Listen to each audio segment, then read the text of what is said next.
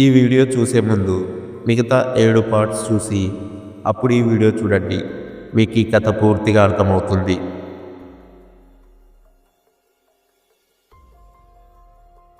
అమ్మకి అర్జున్ని పరిచయం చేద్దామని ఒకరోజు అర్జున్ని ఇంటికి తీసుకొని వచ్చాను. అర్జున్ని ఇంట్లోకి తీసుకొని వెళ్తుండగా, అమ్మ, ఇందు, ఎవరమ్మా అతను? అమ్మా, అది చెప్పు తల్లి, ఎవరు? అమ్మా, తన పేరు అర్జున్. అర్జున్ నేను 2 సంవత్సరాలుగా ప్రేమించుకుంటున్నాం. మీరు అంగీకరిస్తే ఇద్దరం పెళ్లి చేసుకుందామని అనుకుంటున్నాం. ఆ మాట చెప్పగానే ఒక్కసారిగా మా అమ్మ కోప కోపం తెచ్చుకుంది. నేను మా అమ్మని అంత కోపంలో చూడడం అదే మొదటిసారి. ఏ ఇందు, అసలు నీ గురించి నువ్వు ఏమనుకుంటున్నావు? నీ తల్లిదండ్రులు ఉన్నారనుకున్నావా, చచ్చారనుకున్నావా? అయినా నువ్వు మొగుడిని వెతుక్కునే అంత పేదదానివి అయ్యావా? లేదా చిన్నప్పటి నుంచి ఒక్కగానొక్క కూతురు కదా, అడిగిందల్లా ఇస్తూ గారాబం చేస్తే సరికి నెత్తిన కొమ్ములొచ్చాయా? అసలు ఎవడేవాడు? వాడి కులమేంటి? వాడి గోత్రం ఏంటి? ఆంటీ ప్లీజ్, ఆంటీ దయచేసి కోప్పడకండి. ఇందుని ఏమనద్దు. ఇందులో తన తప్పేమీ లేదు. దయచేసి నేను చెప్పేది కాస్త వినండి అని అర్జున్ అన్నాడు. ఏంట్రా నువ్వు చెప్పేది? ఏం మాయమాటలు చెప్పి నా కూతుర్ని వలలో వేసుకున్నావు? అయినా నీకు తల్లిదండ్రులు నీకు నేర్పించిన సంస్కారం ఇదేనా? ప్లీజ్ ఆంటీ, వాళ్ళని ఏమనకండి. నాకు వాళ్ళు ఎలా ఉంటారో కూడా తెలియదు. నాకంటూ ఎవరూ లేరు. నేను ఒక అనాథని. నాకైన వాళ్ళు ఉంటే వాళ్ళనే తెచ్చి మాట్లాడించేవాడిని. ఓహో, ఎవరు లేని అనాథ నాయన. అందుకే నా కూతురికి మాయమాటలు చెప్పి ప్రేమలో పడి ఆస్తి మొత్తం కొట్టేద్దాం అనుకున్నావా? ఆహా, ఏం ప్లాన్ వేశావురా ఆస్తి కొట్టేద్దామని? ఆ మాట అనగానే అర్జునికి కోపం కట్టలు తెంచుకొని వచ్చింది. అయినా కూడా తన కోపాన్ని అదుపులో ఉంచుకొని, చూడండి మేడం, మీరు అనుకున్నట్లు నేను నీ మోసం చేయడానికో లేదా మీ ఆస్తి మొత్తం కొట్టేయడానికో రాలేదు. ఇందు అంటే ప్రాణం. ఇందు నాతో ఉంటే బాగా చూసుకోవచ్చని అనుకున్నా. ఇందు నాకు దక్కాలని నేను ఎప్పుడూ అనుకోలేదు. ఇందు ఎక్కడున్నా తను హ్యాపీగా ఉండడమే కావాలి. ఇందుకి మంచి సంబంధం చూసి పెళ్లి చేయండి మేడం, వెళ్ళొస్తా అని తను అడిగిన తడిచిన కళ్ళతో నా వైపు చూసి అక్కడి నుంచి కోపంగా బయటకు వెళ్ళిపోయాడు. నేను కూడా ఏడ్చుకుంటూ మా నాన్న దగ్గరికి వెళ్ళి, ఏంటి నాన్న అలా సైలెంట్గా ఉండిపోయావు? అమ్మతో మాట్లాడి ఒప్పిస్తా అన్నావు కదా నాన్న, రా అమ్మని ఒప్పించు నాన్న. అర్జున్ లేకపోతే నేను బ్రతకలేను నాన్న. రా నాన్న, అమ్మతో మాట్లాడు. ఎలా మాట్లాడమంటావు? అబ్బాయికి ఆస్తి లేదని చెప్పావు, కానీ నేను ప్రేమించిన అబ్బాయి అనాథనన్న అని నాకు ఆ రోజే చెప్పుంటే నేను ఆ రోజే అనాథగాడిని ఇంటి గుమ్మం కూడా తొక్కనిచ్చేవాడిని కాదు. ఆ అనాథ విధవని పెళ్లి చేసుకోవడానికి మీ అమ్మ ఒప్పుకున్నా నా ప్రాణం పోయినా సరే నేను ఒప్పుకోను. చిన్నప్పటి నుంచి ఏది అడిగినా కాదనకుండా తెచ్చే మా నాన్న కూడా అలా అనేసరికి నాకు ఇంకా ఏం చేయాలో అర్థం కాలేదు. ఏడ్చుకుంటూ నా గదిలోకి వెళ్ళి అర్జున్కి కాల్ చేశాను. అర్జున్ ఫోన్ లిఫ్ట్ చేయలేదు. పదే పదే ఫోన్ చేశాను, అయినా కూడా ఫోన్ లిఫ్ట్ చేయలేదు. కొంచెం సేపు అయిన తర్వాత అర్జున్ నంబర్ నుంచి మెసేజ్ వచ్చింది. ప్లీజ్ ఇందు, దయచేసి నాకు ఇంకెప్పుడు కాల్ చేయకు.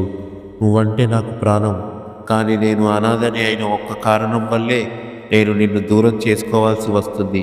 ఇది నా తప్పో, నీ తప్పో, లేదా మీ అమ్మా నాన్నల తప్పో నాకు తెలియడం లేదు. దయచేసి ఇంకెప్పుడు నాకు ఫోన్ కానీ మెసేజ్ కానీ చేయకు. గుడ్ బై ఇందు అని అర్జున్ మెసేజ్ పెట్టాడు. అర్జున్ అంటే నాకు ప్రాణం. అర్జున్ అలా మెసేజ్ పెట్టగానే నాకు అప్పుడు ఆ సిచ్యువేషన్లో ఏం చేశానో నాకే అర్థం కాలేదు. కోపంగా స్లీపింగ్ ట్యాబ్లెట్స్ తీసుకొని మా అమ్మా నాన్న దగ్గరికి వెళ్ళి, నాకు అర్జున్ అంటే ప్రాణం, అర్జున్ లేకపోతే నేను చచ్చిపోతాను, నాకు అర్జున్ కావాలి, అర్జున్ని నాకు ఇచ్చి పెళ్లి చేస్తారా లేదా అని గట్టిగా అడిగాను. అయినా కూడా వాళ్ళలో ఏ మార్పు లేదు. ఏంటి బెదిరిస్తున్నావా? నువ్వు చచ్చినా సరే వాడితో నీ పెళ్ళి జరగదు అని మా అమ్మ గట్టిగా చెప్పింది.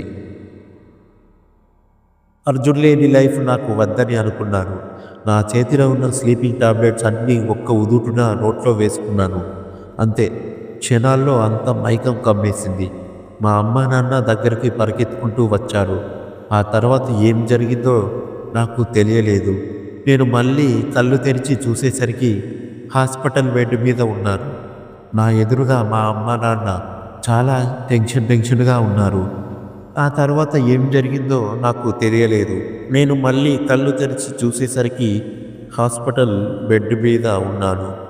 నా ఎదురుగా మా అమ్మ నాన్న చాలా టెన్షన్గా ఉన్నారు.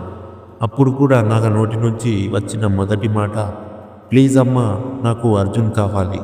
అర్జున్ చాలా మంచోడు, దయచేసి నన్ను అర్థం చేసుకోండి నాన్న అని వాళ్ళని ప్రాధేయపడ్డాను. అయినా వాళ్ళలో ఎలాంటి మార్పు లేదు. కులం తక్కువ వాడిని పెళ్లి చేసుకుంటా అని అంటావేమిటే, దీనికంటే నువ్వు చచ్చినా బాగుండు, 2 రోజులు ఏడ్చి మళ్ళీ మామూలుగా అవుతామని మా అమ్మ నన్ను తిడుతూ ఉంటే మా నాన్న మధ్యలో కలగజేసుకొని, చూడమ్మా, నువ్వు అర్జున్ని ప్రాణంగా ప్రేమిస్తున్నావు, అది నాకు అర్థమైంది. కానీ ఆ అబ్బాయి కూడా నిన్ను కూడా ఇలాగే ప్రేమించాలి కదా అని అన్నాడు. అర్జున్కి కూడా నేనంటే ప్రాణం నాన్న, నేను లేకుండా అర్జున్ ఉండలేడు. అవునా?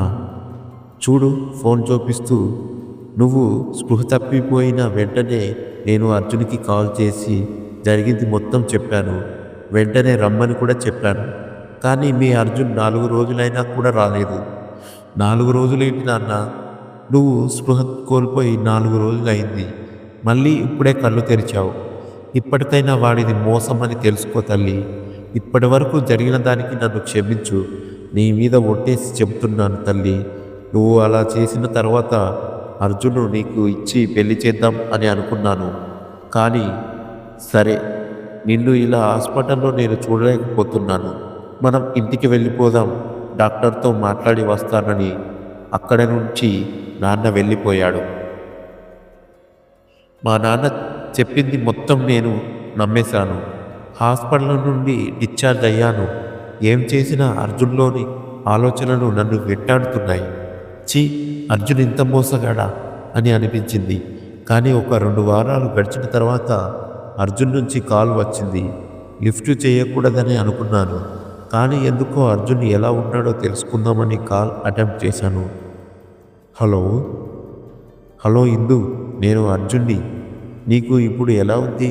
కంగారుగా. నేను చచ్చానో బ్రతుకున్నానో తెలుసుకుందామని ఫోన్ చేశావా? ప్లీజ్ ఇందు, అలా మాట్లాడకు. మరి ఎలా మాట్లాడమంటావు? నేను ఈరోజు చావు బతుకుల మధ్య పోరాడుతూ ఉన్నప్పుడు మా నాన్న ఫోన్ చేస్తే కనీసం నన్ను చూడడానికి కూడా రాలేదు నువ్వు. ఏంటి ఇందు నువ్వు అనేది? నేను రాలేదని నీకెవరు చెప్పారు? అది నీకు అనవసరం. సరే ఇందు, నేను ఒకటి చెప్తా విను. నువ్వంటే నాకు ప్రాణం. I love you. నువ్వు లేకుండా నేను ఒక్క క్షణం కూడా ఉండలేను. అసలు ఆ రోజు మీ నాన్న నాకు కాల్ చేశాడు, నిజమే. మీ నాన్న ఫోన్ చేసిన వెంటనే నేను హాస్పిటల్ దగ్గరికి వచ్చాను, నిన్ను చూద్దామని, నీకు ఎలా ఉందో అని తెలుసుకుందామని. కానీ మీ నాన్న కొందరి మనుషులతో నన్ను లోపలికి రాకుండా అడ్డుకున్నాడు. వాళ్ళతో నన్ను బాగా కొట్టించాడు. ఇంకొకసారి నా కూతురు జోలికి వస్తే నిన్ను చంపకుండా వదలను. నీకు ఇప్పటికీ నమ్మకం లేకపోతే ఆ హాస్పిటల్లో వాళ్ళని లేదా అక్కడ చుట్టుపక్కల షాపుల్లో ఉండే వాళ్ళని అడుగు గొడవ గురించి. అప్పుడైనా నీకు నిజం తెలిసింది. నాకు మా నాన్న చేసిన మోసం అప్పుడు అర్థమైంది. I'm really sorry Arjun. నీ గురించి తెలిసి కూడా జరిగింది తెలుసుకోకుండా మా నాన్న చెప్పిన మాటలు విని నిన్ను అనుమానించాను.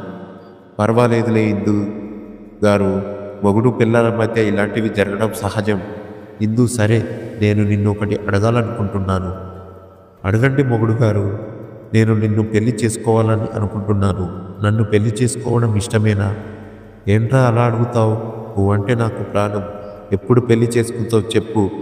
ఇప్పుడు చేసుకుందామన్నా నేను కూడా రెడీ. సరే, చెప్తా విను. రేపు నువ్వు మధ్యాహ్నం 4 గంటలకు జగదాంబ జంక్షన్కి వచ్చేయి. నాకు తెలిసిన పంతులు గారు ఉన్నారు, గుడిలో పెళ్లి చేసుకుందాం. కానీ ఒకటి గుర్తుపెట్టుకో ఇందు, మీ అమ్మ నాన్న ఏమన్నారు నీకు గుర్తుందిగా? నీ ఆస్తి కోసమో నేను ఇవన్నీ చేశా అని అన్నారు. అలాంటి ఆస్తి నాకు అక్కర్లేదు.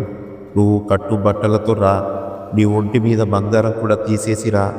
నువ్వే నాకు కొండంత ఆస్తి. జాగ్రత్తగా ఉండు ఇందు. సరే, ఇక నేను ఉంటాను అని అర్జున్ కాల్ కట్ చేశాడు. ఆ తర్వాత రోజు ఇద్దరం అనుకున్నట్లుగానే అర్జున్కు తెలిసిన పంతుల దగ్గరికి వెళ్ళి పెళ్లి చేసుకున్నాం.